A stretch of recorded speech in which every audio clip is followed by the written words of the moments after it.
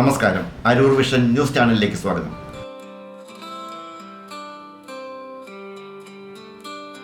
സത്യസായി ബാബയുടെ 100ാം ജന്മദിനത്തോടനുബന്ധിച്ച് സത്യസായി സേവാ സംഘടന അരൂർ സമിതിയുടെ ആഭിമുഖ്യത്തിൽ അരൂക്കുറ്റി ഗ്രാമപഞ്ചായത്തിലെ 13 വാർഡുകളിലെ 26 ഹരിതകർമ്മസേനാംഗങ്ങൾക്ക് സായി തണൽ പദ്ധതി ഉൾപ്പെടുത്തി ഹാറ്റ് അംബ്രല്ലകൾ നൽകി.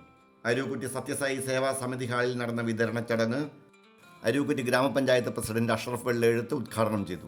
കൺവീനർ ജയപ്രകാശ് അധ്യക്ഷത വഹിച്ചു. സമിതി യൂത്ത് കോർഡിനേറ്റർ ഓംകാർ സായി സ്വാഗതം ആശംസിച്ചു.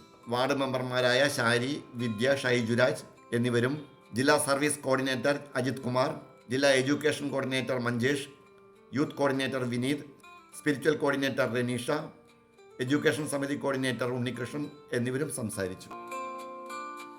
Aroor Ammanezham area residence association പഠനത്തിൽ മികവ് കാണിച്ച വിദ്യാർത്ഥികൾക്കായി അനുമോദന സമ്മേളനം സംഘടിപ്പിച്ചു.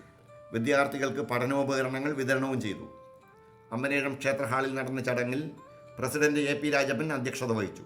ജനപ്രതിനിധികളായ എസ് വിജയകുമാരി, സന്ധ്യ ശ്രീജൻ, ജ്യോതിലക്ഷ്മി എന്നിവർ ആശംസകൾ നേർന്നു സംസാരിച്ചു.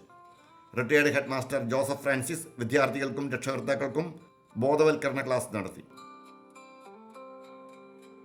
ഗ്രാമീണ റോഡിൻ്റെ ശോചനീയാവസ്ഥയിൽ BJP പ്രവർത്തകർ അരൂരിൽ വാഴ നട്ട് പ്രതിഷേധം രേഖപ്പെടുത്തി.